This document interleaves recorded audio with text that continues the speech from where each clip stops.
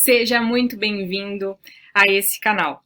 Aqui eu discuto temas importantes e relacionados com a prova de título de especialista em endocrinologia e metabologia e discuto também temas importantes relacionados com essa área.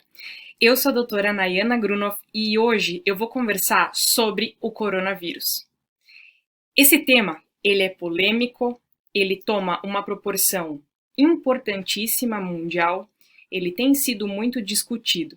E o objetivo aqui é reunir informações de várias fontes científicas embasadas sobre essa patologia. É conhecer um pouquinho mais. Isso não é só para prova, não é algo que pode vir a ser cobrado em uma prova de especialista, mas é algo importante para a vida. Nós, como médicos, temos uma responsabilidade muito grande em transmitir a informação da maneira correta. O objetivo não é causar desespero, aquele alerta, aquela coisa. Não, o objetivo é realmente informar. Com essa informação correta e passada da maneira correta, aí sim a gente pode fazer muita diferença. Então, sem mais delongas, vamos começar. O que é o coronavírus? Da onde que vem isso? Vamos entender um pouquinho. Coronavírus é uma família de vírus que causam infecções respiratórias. Esse novo agente do coronavírus, ele foi descoberto em 31 de dezembro de 2019, depois dos casos que foram registrados na China. Mas isso aconteceu só em dezembro? Não, qual que é o histórico disso? Os primeiros coronavírus humanos, eles foram isolados pela primeira vez em 1937. Em 1965, esse vírus aí que ele foi descrito oficialmente como coronavírus. E por que ele foi descrito como coronavírus? Essa terminologia, ela foi dada para o vírus pelo perfil que ele apresentava na microscopia, parecendo uma coroa. Depois a gente vai ver como que esse vírus ele é estruturado, para entender melhor o que é essa coroa e por que essas espículas são tão importantes. Se é só para saber de onde que vem o nome, se é só uma curiosidade, ou se isso de fato tem alguma importância na patogênese desse agente.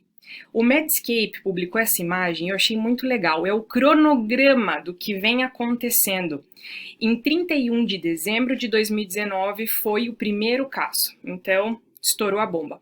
A partir daí, muitos eventos foram acontecendo e o que eu destaco aqui foi o posicionamento da Organização Mundial de Saúde. Quando é que o coronavírus ele foi oficialmente declarado como uma pandemia? No dia 23 de março de 2020. E a partir daí, a Organização Mundial de Saúde, ela atenta que essa pandemia ela está acelerada. Perdão, a data oficial da declaração da pandemia foi dia 11 de março, dia 23, eles publicaram que isso está um pouquinho acelerado. É para chamar a atenção do cenário mundial e fazer com que todos os representantes, a parte da saúde se mova para conter isso, estudar de uma maneira estratégica, entender o que está acontecendo e prevenir e ajudar as pessoas. Isso que é muito importante. Então, esse aqui é o histórico do que se desenvolveu e as proporções que o coronavírus tem tomado. O que é importante já aqui ressaltar? É algo novo. As pesquisas, os dados que nós temos até o momento, eles estão em constante atualização. Os estudos estão em constante atualização. Então, isso que é importante. Quando a gente vai estudar qualquer coisa relacionada ao corona, o que está acontecendo, qual dado que eu devo me basear, qual perspectiva, eu tenho que fazer uma análise muito crítica de cada artigo que eu vou ler, de cada estudo, de cada notícia, porque a gente estuda com o que a gente tem na mão. E, por enquanto, a gente não tem nenhum cenário 100% científico ideal para fazer estudos. Então, a gente vai tentando decifrar com as armas que a gente tem na mão. Conclusão: leitura crítica de estudos e de artigos. Saber que tudo isso está mudando muito rápido. E a gente tem que se manter, sim, atualizado e entender o máximo possível, absorver o máximo possível de informação. A melhor maneira de fazer alguma análise importante de um artigo, na minha opinião, é entender muito bem a base, saber muito bem como é que é a patogênese proposta, como interpretar os dados, isso é muito importante. Então, vamos lá. Quais são as características desse vírus? Tudo bem, a gente já sabe que é parecido com a coroa e resolveu ter esse nome, foi descrito faz tempo, temos o histórico, mas o que é? Quais são as características biológicas desse vírus? O coronavírus, ele é um RNA vírus de fita simples e tem polaridade positiva. A morfologia, ele se apresenta de um jeito esférico, ele é envelopado e tem essas espículas em forma de coroa. De acordo com o agrupamento filogenético, a gente pode classificar o coronavírus em 4 subtipos. Mas desses 4 subtipos, quais que são os mais importantes? Porque aí eu tô falando de infecção em humanos. Alfa e beta. Certo? Então, pelo agrupamento filogenético, a gente tem 4 grupos, os mais importantes para a infecção em humanos, alfa e beta. Com relação à estrutura desse vírus, ele é formado por 4 proteínas estruturais principais: S, N, M e E. S é a proteína spike. Por que essa aqui é a de destaque e é, na minha opinião, uma das mais importantes? Porque é a que vai mediar a ligação ao receptor do hospedeiro e a fusão do vírus com a membrana celular.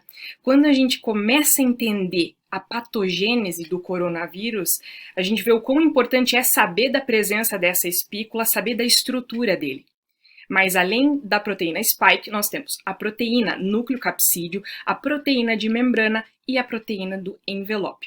Essa é a cara do vírus, é mais ou menos, de um jeito bem simplificado, a maneira como ele é estruturado, ele é formado.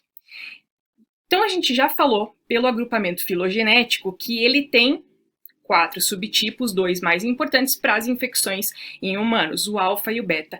Dentro dos grupos alfa e beta, nós temos os tipos mais importantes, os tipos mais comuns, portanto, os mais estudados. E desses tipos, para que isso me ajuda? Saber esse monte de letra que está aqui na tela.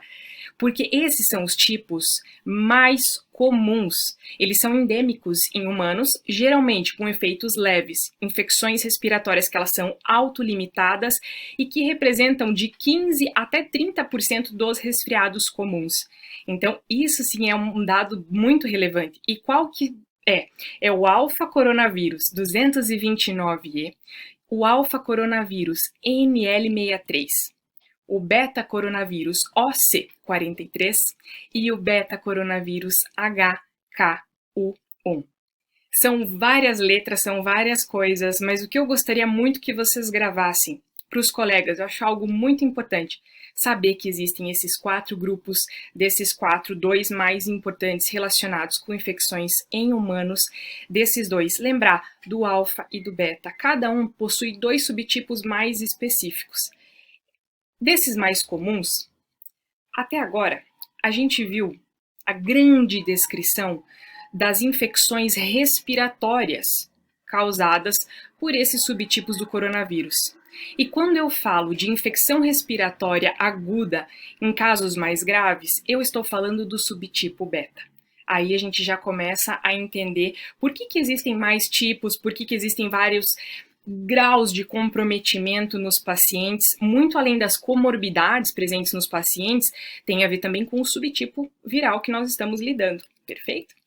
Então, como que funciona a transmissão? Isso a gente já está bem saturado de saber, mas não custa reforçar que essa transmissão é pelo ar ou pelo contato com as secreções contaminadas, tipo saliva, espirro, tosse, catarro, toque, aperto de mão, ou, algo que eu friso muito, o contato com as superfícies contaminadas seguidos do contato com olhos, nariz ou boca. O Medscape também publicou uma imagem muito legal que mostra uma estimativa do tempo médio que o vírus pode permanecer em cada superfície. Essa imagem, ela traduz muito para mim a importância de informar os pacientes do cuidado com as superfícies. É muito fácil a gente lembrar da prevenção quando nós estamos vendo lá longe uma pessoa que está visivelmente doente. Mas quando a gente está em algum ambiente que, mesmo com o distanciamento social recomendado, são coisas que a gente coloca a mão, é automático. Então, nós precisamos ter uma informação ativa para ter uma prevenção efetiva, eficaz. No alumínio, o vírus pode permanecer de 2 a 8 horas. Nas luvas cirúrgicas, 8 horas. No metal, 48 horas. Na madeira, 4 dias. No vidro, 4 dias. Papel, 4 a 5 dias. Plástico, 5 dias. Isso é para ficar desesperado? Não, não é para ficar desesperado, mas é para saber informar. Uma vez que a gente sabe dessa informação, nós temos muito mais cuidado na nossa percepção diária dos nossos hábitos. Isso sim faz a diferença.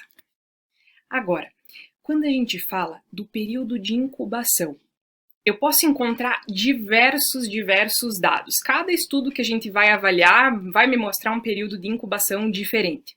Período de incubação aqui é o período em que os primeiros sintomas levam para aparecer desde a infecção. De acordo com o Ministério da Saúde, esse período ele pode variar de 5 até 12 dias.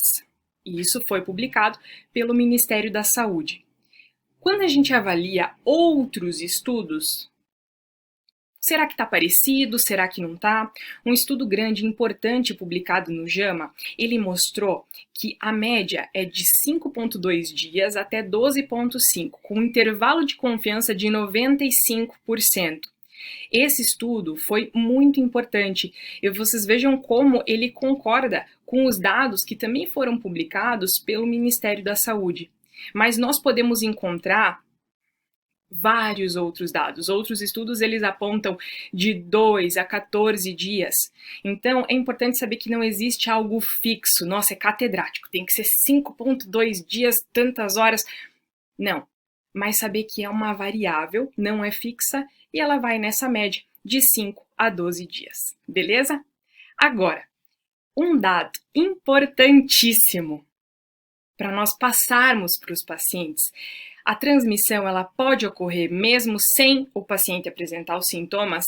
Sim, pacientes assintomáticos eles podem sim transmitir o vírus. A gente sabe que a transmissibilidade dos pacientes infectados é em média de 7 dias após o início dos sintomas. Mas os dados preliminares eles mostram e sugerem que a transmissão ela pode sim ocorrer mesmo sem o aparecimento desses sintomas. Como é feito o diagnóstico?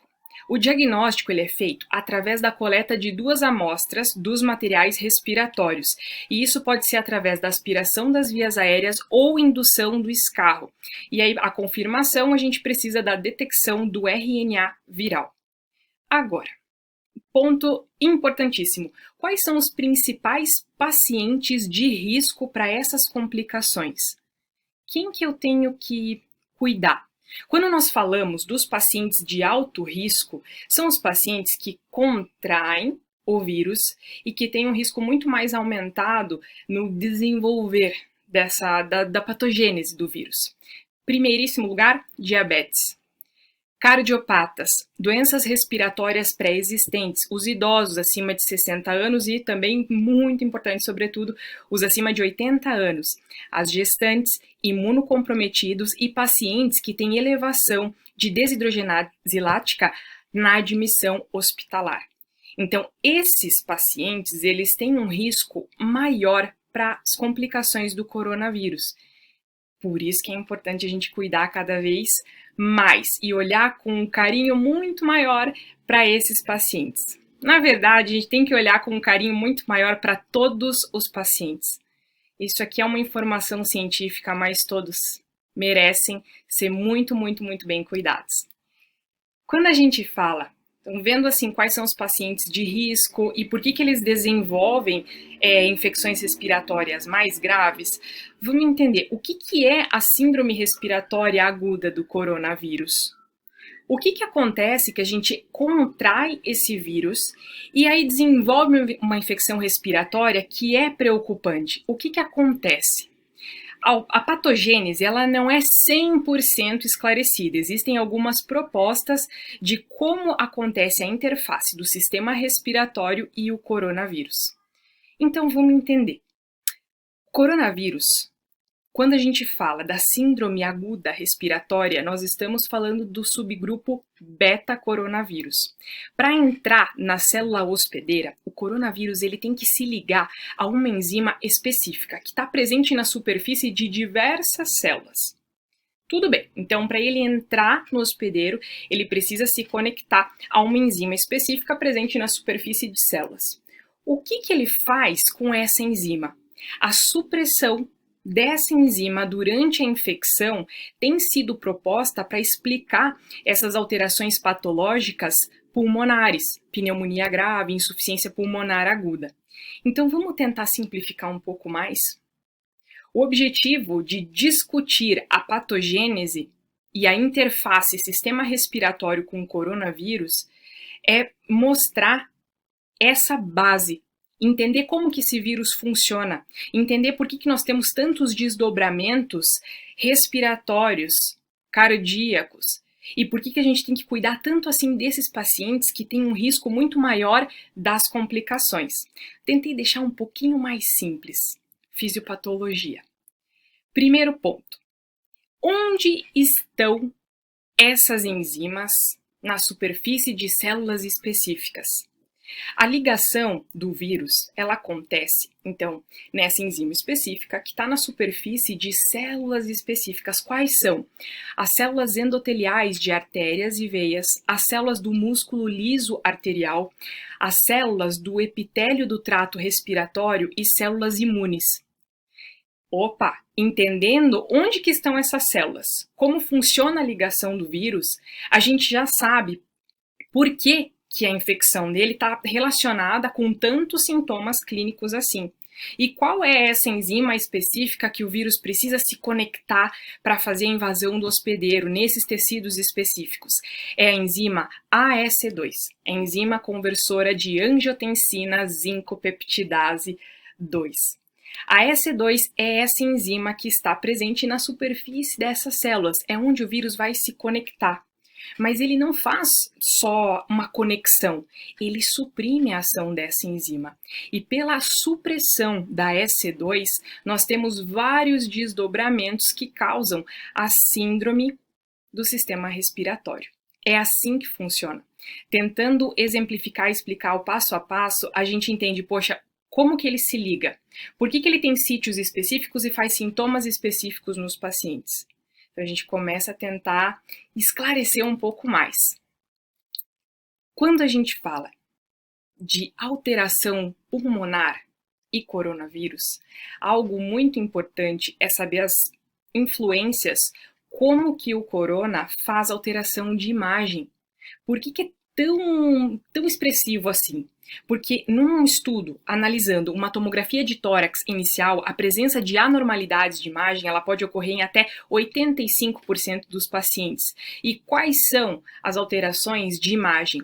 O envolvimento pulmonar bilateral em áreas subpleurais e periféricas, a opacidade em vidro fosco e a consolidação.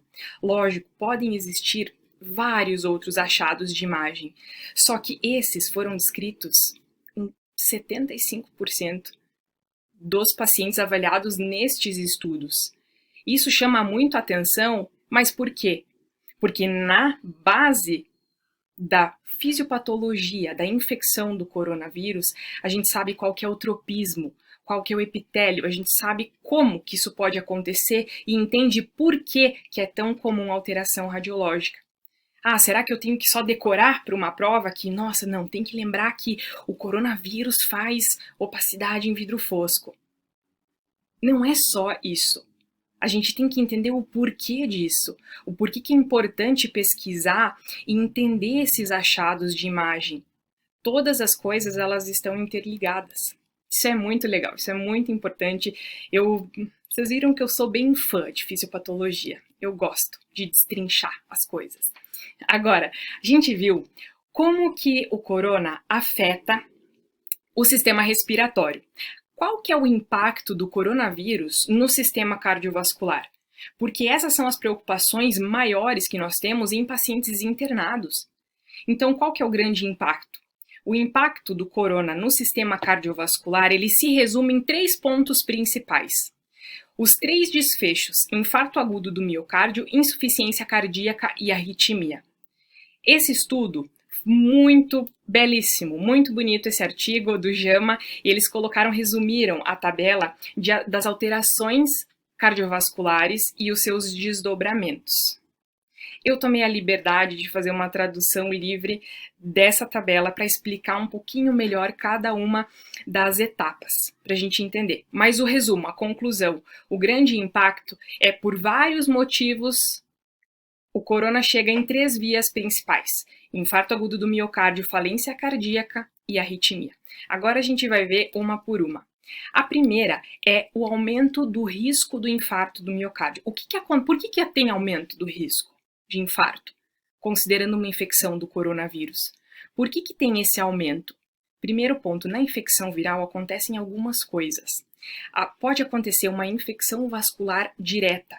E essa infecção vascular direta, porque a gente já viu que ele gruda no epitélio dos vasos lá atrás, ela faz um aumento da inflamação celular vascular dos vasinhos cardíacos. E isso, por si só, pode aumentar o risco de infarto. Segundo ponto, uma tempestade de citocinas, foi descrito no artigo, esse estímulo pró-inflamatório sistêmico.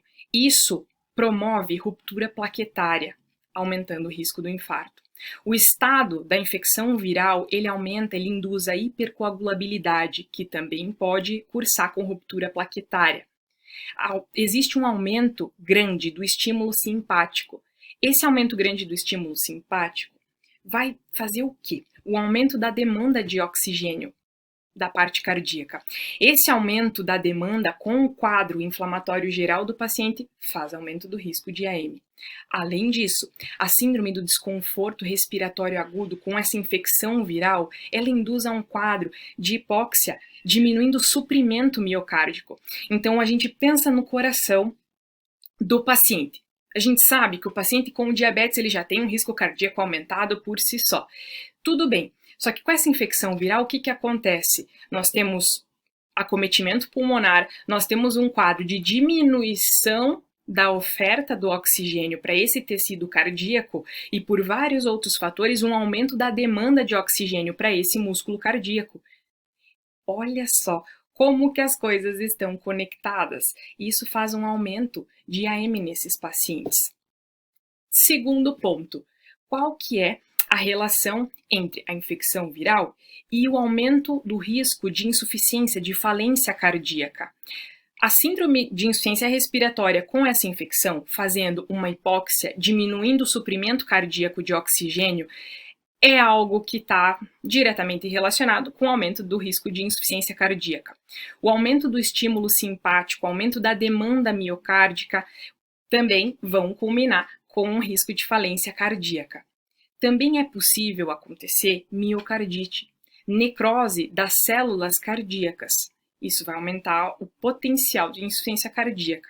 O aumento das citocinas pró-inflamatórias, induzindo uma depressão de função cardíaca, infecção miocárdica direta, gerando a miocardite. Todas essas são possibilidades e são vias de patogênese onde o vírus pode influenciar diretamente uma insuficiência cardíaca. Não quer dizer que quem vai pegar o vírus vai desenvolver insuficiência cardíaca, mas através desses parâmetros a gente avalia o paciente como um todo, função cardíaca, pulmonar, glicêmica, tireoidiana, tudo. Terceiro ponto, como que eu tenho um aumento do risco de arritmias cardíacas? Pela indução de uma miocardite pelos efeitos pró-inflamatórios e o aumento do estímulo simpático, é possível que uma infecção viral possa cursar com o aumento das arritmias cardíacas. De todas as maneiras, a gente viu como que o vírus pode causar um impacto na função cardiovascular do paciente. Agora, quando a gente fala de diabetes, falando dos pacientes de alto risco, do risco de desenvolver uma maior gravidade das complicações diante dessa infecção, o que nós vamos considerar? O número 1 da lista é o paciente com diabetes. Importantíssimo. São 2 conceitos diferentes. contrair o vírus ou ter complicação com o vírus. Os pacientes com diabetes, eles parecem não apresentar risco aumentado de contrair o novo coronavírus. Mas, uma vez infectado, paciente com diabetes que, por algum motivo, foi contaminado. Quem tem diabetes tem um risco muito maior de complicações. E o risco de complicações na pessoa, no paciente com diabetes bem controlado, ele é menor. E isso não importa o tipo, tanto para diabetes tipo 1 quanto para diabetes tipo 2. Então, qual que é o conceito maior que o Ministério da Saúde e a Sociedade Brasileira de Diabetes colocaram aqui? A atenção para o cuidado do paciente com diabetes. Esse controle do diabetes, ele favorece não só a saúde cardiovascular, a saúde como um todo do paciente, mas também a prevenção contra infecções gerais e agora, ainda mais, quando a gente fala do coronavírus. Então, diabetes bem controlado apresenta um risco muito menor das complicações. Importantíssimo. E um ponto que eu destaco aqui, tanto para o diabetes tipo 1 quanto para o diabetes tipo 2. Agora, será que todo paciente diabético é igual? Tem o mesmo potencial de complicação? Não. A gente classifica. São vários pontos que nós temos que avaliar para um paciente com diabetes para assim, estratificar, saber qual que é o real risco desse paciente. As pessoas com diabetes vulneráveis, que provavelmente terão resultados piores se contraírem o Covid-19, são quem? Os pacientes que têm diabetes e maior idade, longa história de diabetes, mau controle metabólico, em estado de controle glicêmico alterado e a presença de complicações e doenças concomitantes, especialmente nos idosos acima de 60 anos. Tudo isso independentemente do tipo de diabetes. Mais uma vez, o que essas recomendações aqui do lado elas mostram? Que a análise do paciente ela tem que ser sempre completa. Os pacientes que têm comorbidades autoimunes, tratamento de neoplasias, pacientes com doença respiratória prévia, cardiopatia prévia, e se eles tiverem diabetes com mau controle metabólico, eles têm um risco muito maior, e isso independe do tipo de diabetes. A Sociedade Brasileira de Diabetes, eles lançaram um algoritmo para uma abordagem dos pacientes hospitalares. O que a gente faz quando o paciente está internado? Como que eu cuido desse paciente? A grande chave, o grande resumo de tudo, é ter um bom controle metabólico. Aqui ficou pequenininho, eu vou desmembrar essa tabelinha para a gente ver junto, uma por uma, cada quadradinho. A essência desse posicionamento é uma recomendação para um cuidado. Como que é feito esse cuidado com esses pacientes com diabetes no âmbito hospitalar? Então, vamos lá. O primeiro passo, na admissão, o que é importante? Fazer a aferição da glicemia capilar na admissão, e isso deve ser feito em todos os pacientes internados, independentemente do diagnóstico de diabetes. A hiperglicemia, ela aumenta a mortalidade hospitalar e esse tratamento pode influenciar o prognóstico do paciente. Então é muito importante a aferição de glicemia capilar. Registrar o diagnóstico de diabetes mellitus no prontuário para facilitar a identificação e o acompanhamento desse paciente. Avaliar a prescrição, se vai manter o uso de insulina e suspender os antidiabéticos orais. Isso é muito importante. Suspensão dos antidiabéticos orais e manter o uso de insulina. Quarto ponto, orientar o risco e observar os sintomas de hipoglicemia no uso de sulfonilureia ou insulina, principalmente em idosos e nas alterações de função renal. Esse paciente diabético que pode ser idoso com comorbidade, então assim, polifarmácia, nós temos que cuidar muito desse paciente na admissão e saber que é um paciente que pode ter uma alteração metabólica rápida, então nós temos que ter muito cuidado. Convém dosar a hemoglobina glicada se ela não estiver disponível nos últimos 3 meses, para saber o estado de controle glicêmico desse paciente. Manter a dieta ou aporte de glicose, mesmo se houver hiperglicemia. Então, esses são os cuidados propostos pela Sociedade Brasileira de Diabetes na admissão do paciente com diabetes e coronavírus. Quando a gente fala de hipoglicemia, quais são as recomendações frente a um quadro de hipoglicemia? Isso é, quando a glicemia do paciente estiver inferior a 70 mg por decilitro. Orientar o paciente e o acompanhante sobre os sinais e sintomas dessa hipoglicemia.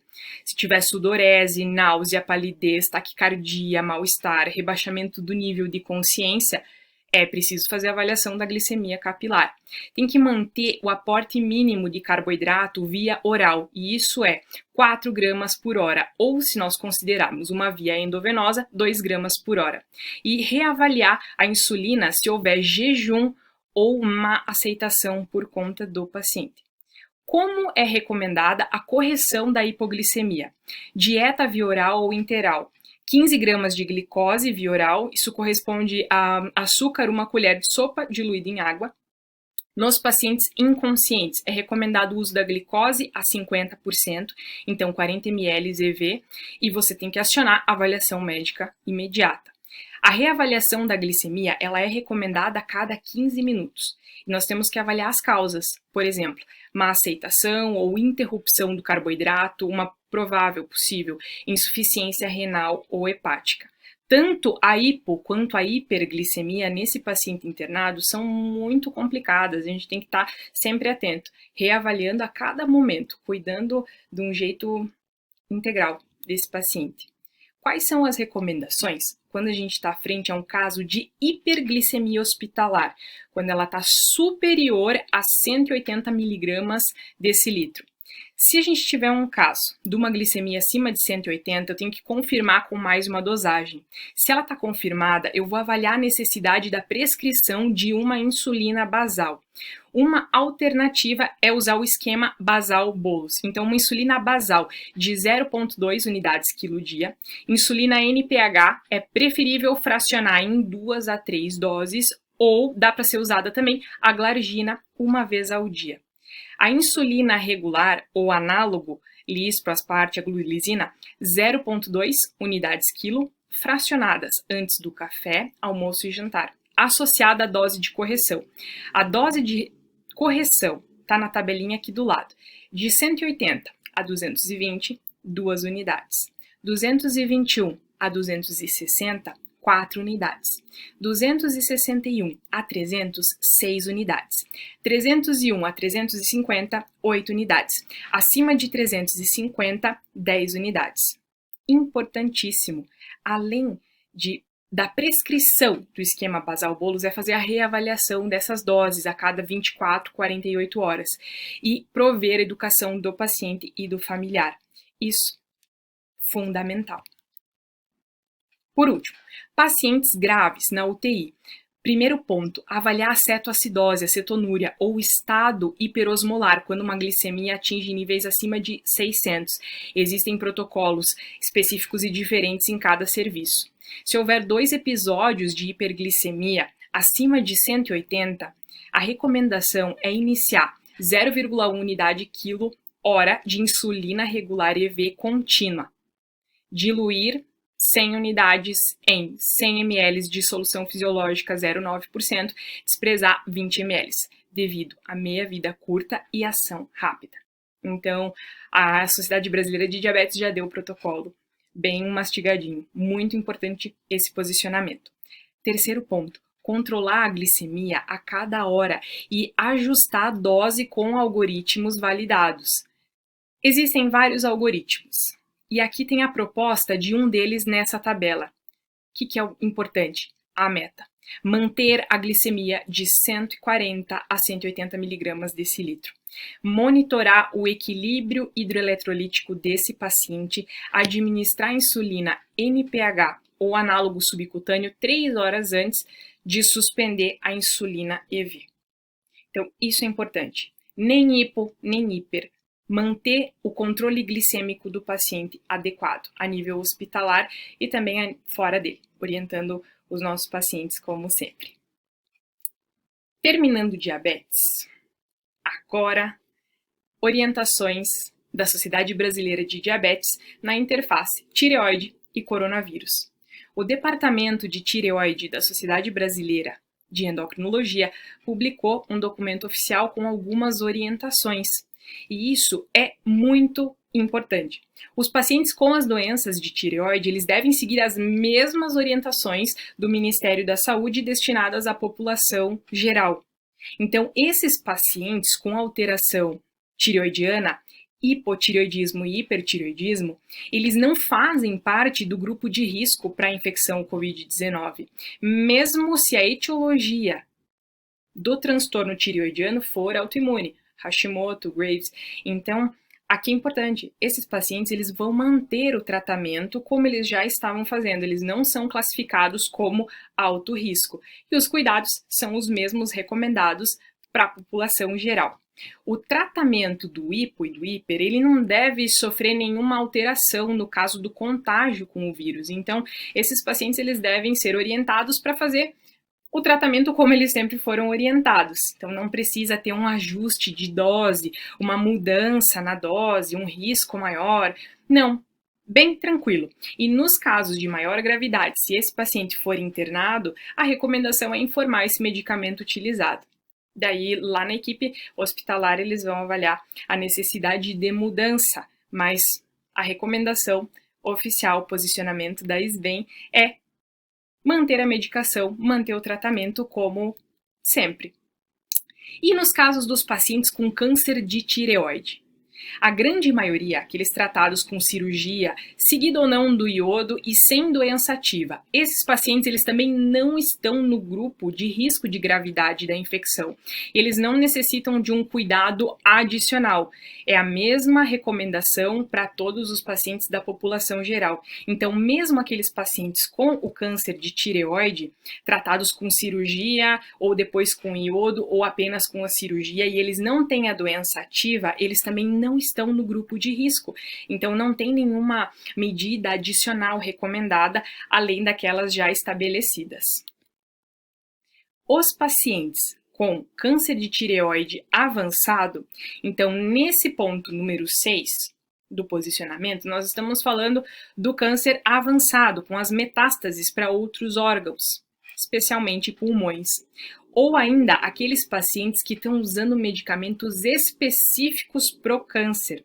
Esses pacientes eles podem apresentar um maior risco para a gravidade dessa infecção do coronavírus, tanto pela exposição da doença quanto pelos efeitos adversos dessas medicações. Então, para esses pacientes que têm o câncer de tireoide avançado, metástase para outros órgãos ou uso de medicamentos específicos, eles têm sim que ter um maior cuidado, um isolamento social reforçado, seguir todas as orientações de alto risco e a orientação médica individualizada para cada caso.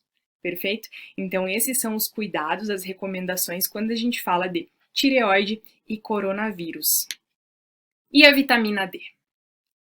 Um outro posicionamento da vitamina da SBEM relacionado ao uso da vitamina D, ele foi muito claro. Lá atrás, eu comentei, os estudos relacionados ao coronavírus, eles estão progredindo. Nós temos poucos dados ainda, mas até o momento isso é importante estabelecer. Não foi estudado num contexto, não foi comprovado que a vitamina D é super eficiente para o vírus. Então, quando nós falamos, nossa, precisa da vitamina D para imunidade, e tem várias notícias, no contexto do coronavírus, isso ainda não foi comprovado cientificamente. E esse é o posicionamento oficial até o momento da Sociedade Brasileira de Endocrinologia. Então, mesmo que ela possa ajudar nesse contexto, o uso dela para esse fim específico não é recomendado. Nós temos várias outras ações, assim, os benefícios e a importância da vitamina D, ela é indiscutível. Mas quando a gente fala de um posicionamento científico especificamente comprovado, ele ainda não existe. E isso é importante diferenciar, saber qual é a importância geral da vitamina D num tema e qual é a importância específica estudada até o momento, beleza? Quando a gente fala dos medicamentos e dos cuidados com o coronavírus, o que é importante? Não usar anti-inflamatórios. Então, a recomendação é não usar incluindo ibuprofeno, nem anti-inflamatório, nem corticoterapia para o controle dos sintomas da COVID-19. Essas medicações, elas podem piorar muito a função renal do paciente e o controle glicêmico, que é tudo que a gente não quer com um paciente com o coronavírus. E até o momento, mesmo jeito que a vitamina D, quando a gente fala que até o momento não tem os estudos, não tem nada cientificamente comprovado, não tem recomendação para o uso da hidroxicloroquina. Perfeito? Essas são as recomendações e os cuidados do coronavírus. Não custa reforçar.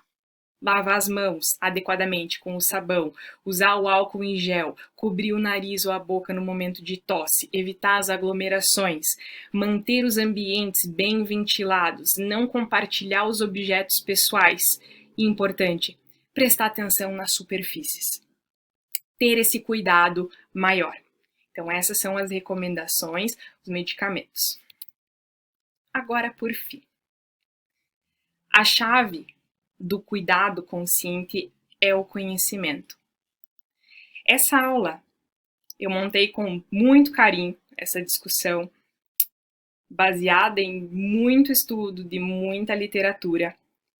É algo breve, mas para lembrar que o nosso verdadeiro papel é levar algo bom para as pessoas, é encontrar a solução, é ajudar e não levar ao desespero, compartilhar as informações por compartilhar, porque quando a gente vê as coisas, a gente estuda, entende como elas realmente são, nós temos uma consciência muito maior e aí a gente tem atitudes diferentes. Então o objetivo, o maior, é compartilhar o conhecimento de algo que eu gosto muito de fazer isso, de compartilhar a fisiopatologia, de compartilhar os temas relacionados à endocrinologia e à metabologia, compartilhar esses posicionamentos específicos. Quando a gente tem tantos guidelines e tantos artigos e tantas coisas, é muito fácil se sentir brevemente perdido com essa montanha de informações. Mas o estudo sério e a discussão desse conhecimento é a chave de todo cuidado. Então eu reforço aqui a grande importância da gente entender, estudar cada vez mais, sempre se atualizar e não esquecer do ponto-chave de tudo, que é realmente fazer a diferença e ampliar esse cuidado. Por fim, termino aqui essa parte, essa abordagem do coronavírus e a gente se vê no próximo vídeo.